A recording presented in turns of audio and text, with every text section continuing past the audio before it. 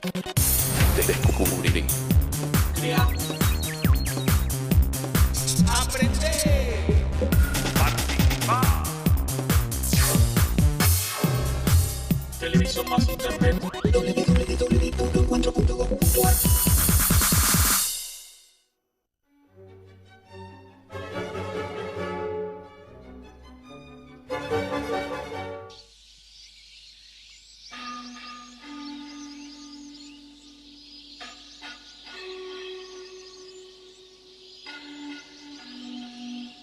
Los pueblos que habitan el continente americano, antes de la conquista europea, tienen formas complejas de organización social y espiritual. Viven en armonía con su entorno y la naturaleza es una parte esencial de sus creencias. Los conquistadores sepultan estas culturas e imponen la suya. De aquello que se había construido durante siglos, muy poco queda en pie. ¿Es posible olvidar siglos de historia? ¿Es concebible una identidad sin pasado?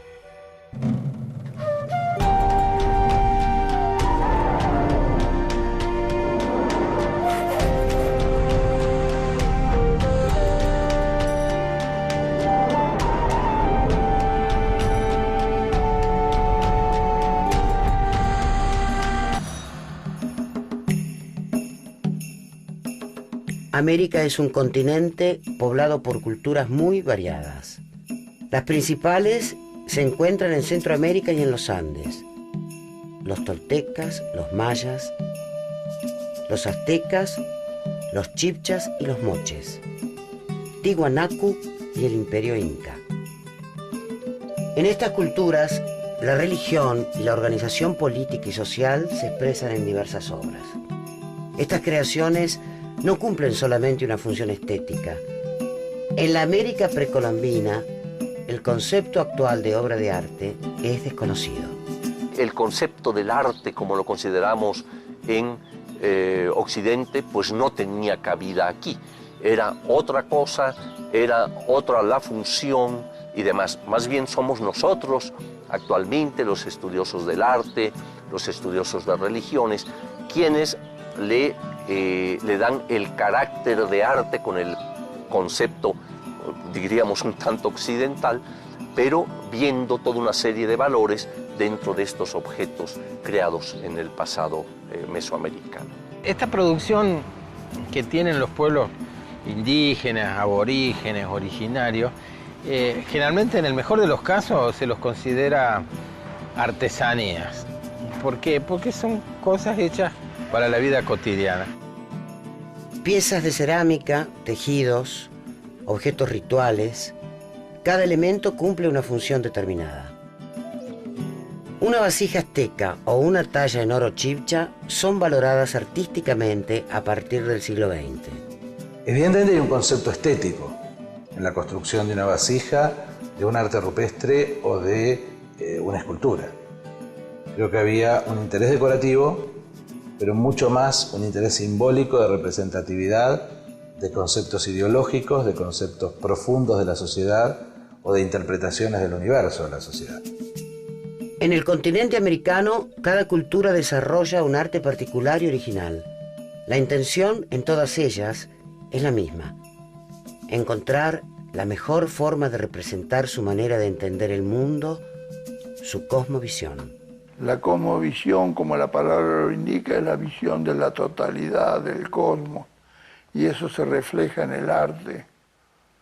Casi todos los pueblos, la manifestación más clara de la cosmovisión es a través del arte. Toda cosmovisión tiene que ver con la noción de espacio. En toda cosmovisión se involucra un concepto de espacio. La concepción de ese espacio se advierte desde las vasijas hasta en el arte rupestre, hasta en la arquitectura. Se traslada cierta visión del mundo en cada una de las actividades cotidianas también. Las culturas precolombinas trasladan esa forma de ver el mundo a la arquitectura. Así desarrollan ciudades que sorprenden a los invasores. Cuando llegan los conquistadores, Cortés y Pizarro, respectivamente, reciben un impacto tremendo al ver. Eran más grandes que las ciudades europeas, eran realmente ciudades complejas desde el punto de vista arquitectónico, organizadas desde el punto de vista público, poderosas desde el punto de vista político y económico. Eran realmente ciudades increíbles, ¿no? Cusco es la capital del Imperio Incaico. La expedición española al mando de Francisco Pizarro la invade en 1533.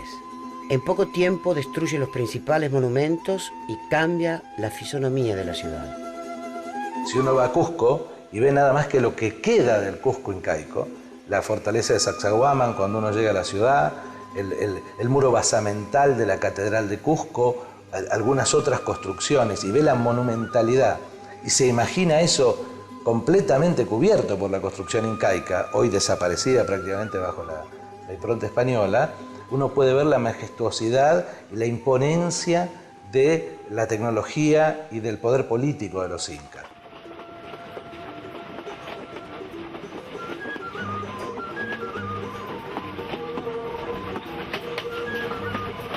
A pocos kilómetros de Cusco, en el valle del río Urubamba, permanece intacto un secreto guardado durante siglos entre las montañas. En 1911, el explorador norteamericano Hiram Bingham descubre las ruinas de la ciudad sagrada de Machu Picchu. Por su ubicación y por el clima benigno que facilita el desarrollo de los mejores cultivos, es el asentamiento predilecto de la nobleza inca.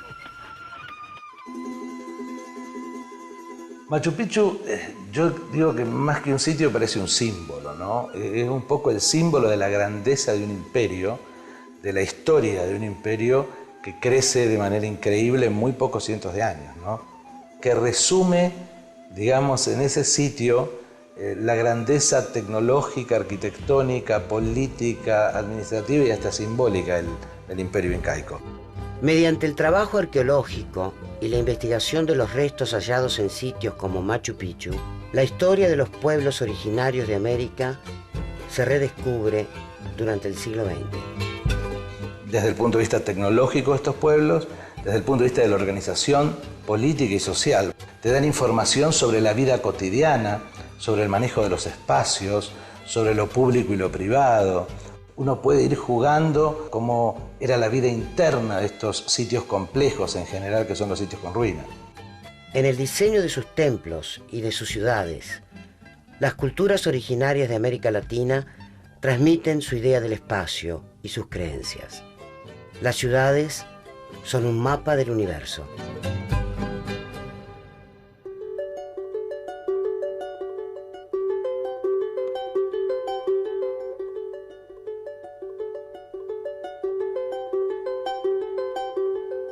En el corazón del Valle de México se encuentran las ruinas de Teotihuacán. Surgida 300 años antes de la era cristiana, la ciudad es abandonada por sus pobladores 7 siglos antes de la llegada de los españoles, sin que hasta hoy se conozca la causa.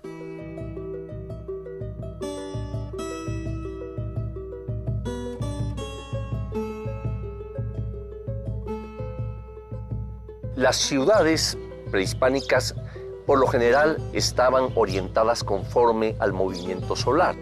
Y vemos en Teotihuacán 2 grandes calzadas que se atraviesan, una de ellas la muy conocida Calle de los Muertos, que va de norte a sur, ¿verdad?, por un tramo de 2 kilómetros o más. Y hay una poco visible, no ha sido excavada, que va de este a oeste. Entonces todo esto pues tiene que ver con la concepción del universo que se tenía, con estos rumbos universales, y los principales templos, estos orientados hacia el poniente, como el templo de Quetzalcóatl, marcaban ese centro fundamental y representaban en no pocas ocasiones una montaña sagrada. De acuerdo con las investigaciones de los especialistas, se ha podido determinar que en la época prehispánica los templos se construían para poder representar cerros. Esta era una idea que tenían del acercamiento que en un momento determinado podrían tener a los dioses, se consideraba que en esas montañas habitaban las propias divinidades, pero también se les daba un simbolismo especial a esas montañas, a esos cerros.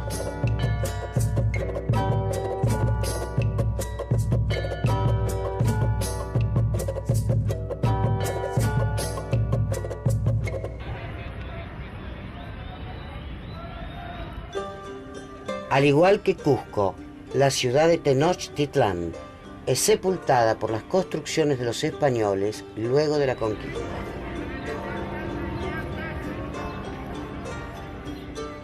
Excavaciones y estudios arqueológicos permiten reconstruir su imponente aspecto. Cuando los españoles llegaron aquí a la Ciudad de México, Tenochtitlan, esta pirámide medía aproximadamente 40 o 45 metros de altura. Se han podido establecer que al interior del recinto ceremonial de México Tenochtitlan se ubicaban 78 diferentes templos, muchos de los cuales, que totalmente fueron destruidos, permanecen sus ruinas bajo los edificios que están aquí alrededor. El Templo Mayor es el principal edificio de Tenochtitlán.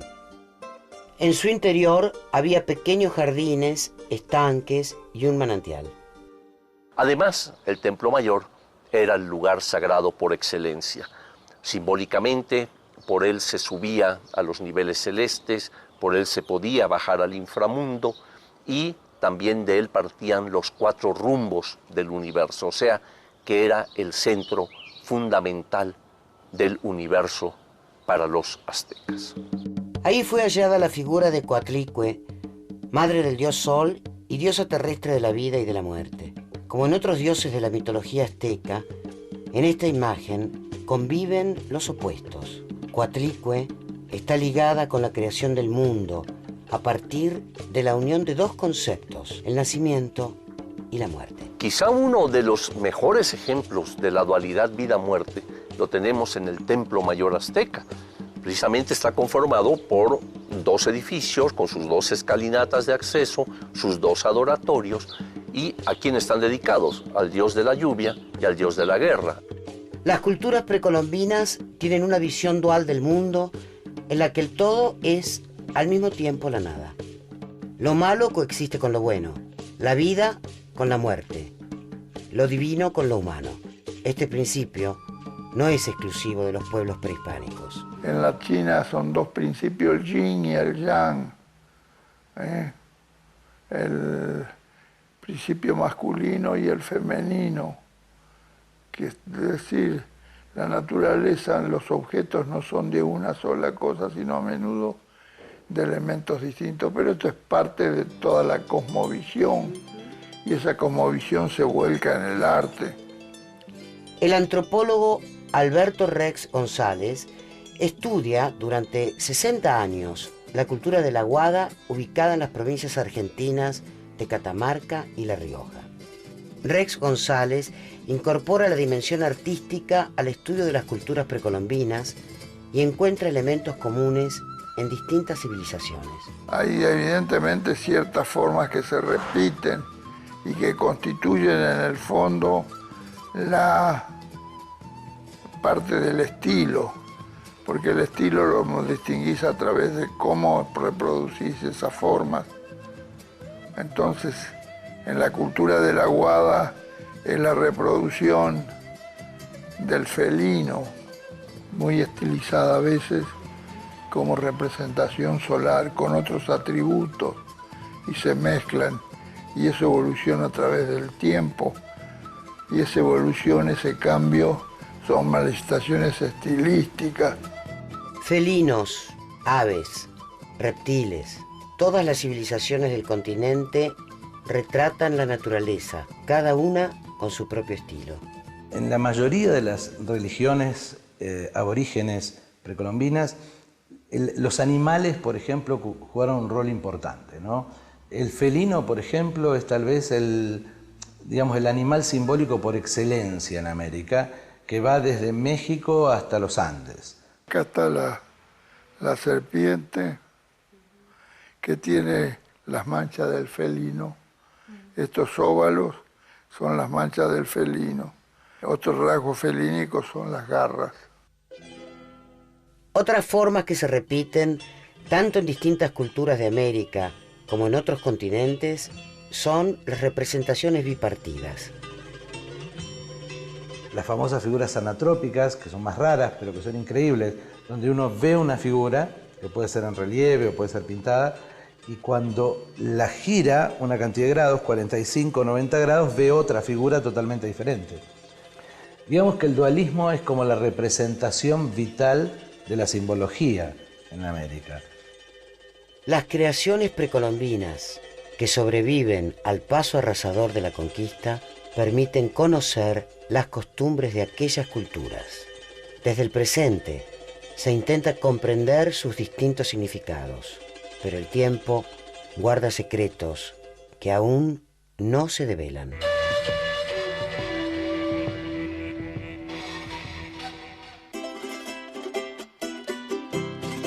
Las culturas precolombinas habitan el mismo continente, pero son muy diferentes entre sí. Cada pueblo desarrolla sus matices y sus propios estilos en arquitectura, escultura, cerámica, tejidos y orfebrería.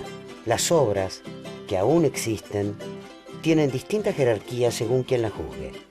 La visión occidental de las artes, traída obviamente desde Europa, nos va a hablar de artes mayores y artes menores, ¿no? Las artes mayores como la pintura, la escultura, la arquitectura, y las demás van a ser tomadas en cuenta simplemente como artesanías. En cambio, acá en los Andes, el textil, la cerámica, la metalurgia son realmente artes mayores. Cuando los europeos hablan de eso desde el punto de vista de la arqueología, dicen, esa es una decoración, no es un arte, es una forma decorativa. Eso es una forma de descalificar este arte prehispánico. No es solamente decorativo, es un arte que sobre todo está fundado sobre la metáfora y sobre una forma de representar una serie de ideas que tienen que ver con los ancestros, con los mitos, con el territorio y con el pasado de los pueblos prehispánicos. La producción textil es una de las expresiones más importantes de los pueblos originarios de América Latina.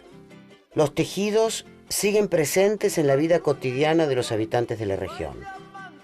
Con la incorporación de nuevas formas y materiales, la producción textil actual es una de las mayores muestras del mestizaje. Este es un tejido de Tarabuco, un pueblo muy cercano a Sucre, donde es clarísimo el mestizaje. La técnica es toda indígena, con un telar de piso, de suelo, sobre 4 estacas, pero, digamos, ya los materiales están mezclados. Tenemos alpaca en todas las partes oscuras y de colores, y toda la parte blanca es de lana de oveja. Entonces ya vemos, digamos, los dos animales, la oveja que la trajeron los españoles y la alpaca, que es la que originaria de los textiles antiguos. También se ve la introducción del caballo y esta, digamos, decoración floral medio barroca. Pero la técnica sigue siendo indígena. El tejido es la tela donde se plasma la realidad. Si en Europa vamos a plasmar en la pintura, en los Andes vamos a tejer.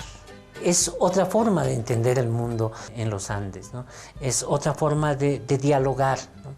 En Bolivia el tejido supone el medio más importante para denotar pertenencias étnicas, procedencias geográficas, estatus sociales. Es un lenguaje que los entendidos, es decir, los usuarios, utilizan cotidianamente para poder darse a entender, darse a conocer y entender a los otros. ¿Qué es un arte geométrico? Un arte que está enraizado en el mito, en el pasado y en la sociedad contemporánea, pero que nosotros muchas veces, o por lo general, no podemos leer porque no conocemos los códigos. Pero sin embargo, eso tiene un profundo sentido en la cultura. Las representaciones que se hacen del sol, de las montañas, de los cóndores, nos están hablando de los principales tótems de estos pueblos. Nos están hablando también de las representaciones medio abstractas que hacen los pueblos de las palomas o también de las representaciones que se hacen cuando se bailan chates y se recuerdan ceremonias prehispánicas que todavía están vigentes hasta ahora. Más de 5 siglos después de la llegada del conquistador europeo, en América hay artistas que retoman las técnicas y los estilos propios de los pueblos originarios.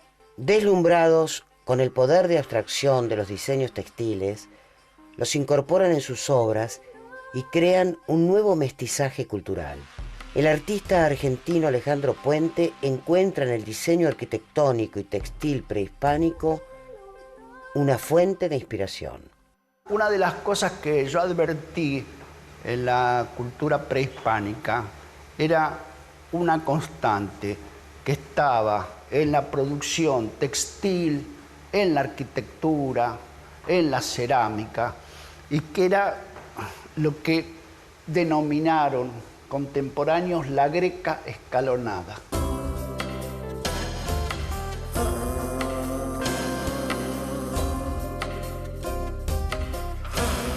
Ahí se me reveló como una posibilidad de incluir en lo que yo hacía en la abstracción ciertos elementos cínicos que yo había advertido en esa cultura. Había arte abstracto, era bidimensional y no solamente me sorprendió porque era una antigua cultura de un alto valor artístico a medida que más lo conocía y lo veía, sino lo que podía rescatarse como contemporaneidad. Pero en la medida que fuimos conociendo estas antiguas culturas de América, ahí descubrimos que el constructivismo comenzó por estas mujeres en la medida en que el textil, la urdimbre, es una vertical y una horizontal, lo que va generando una trama, ¿no?, en un espacio, y ahí se iban configurando figuras.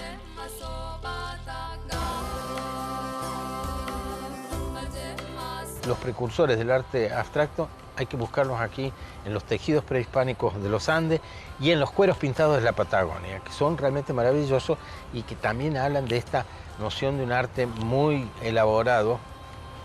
Hasta hay que pensar que esto se está haciendo a lo mejor en el 500 de la era cristiana, hace 1500 años, y que se adelanta en mucho a la forma de concebir la representación que las de los europeos del principio del siglo XX, fines del siglo XIX. Esa abstracción que deslumbra a artistas del siglo XX tiene uno de sus puntos más elevados en Los Suplicantes. Estas tallas, encontradas entre los vestigios de la cultura de la Guada en el noroeste de Argentina, aún hoy son motivo de estudio y de admiración.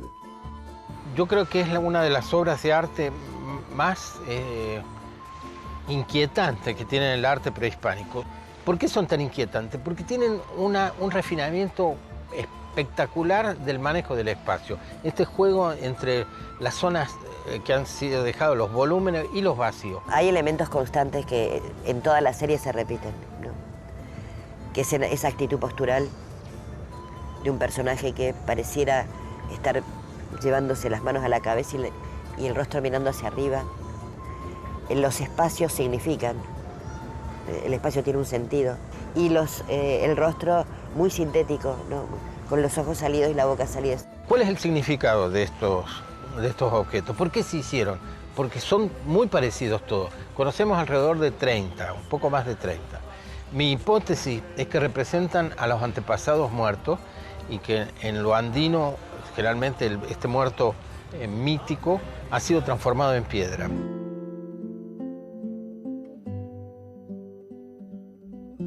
En América quedan las huellas de las culturas que la han poblado desde antes de la conquista europea. La historia resurge y se vuelve a interpretar, luego de tantos mestizajes. ¿Cuál es la verdadera identidad latinoamericana?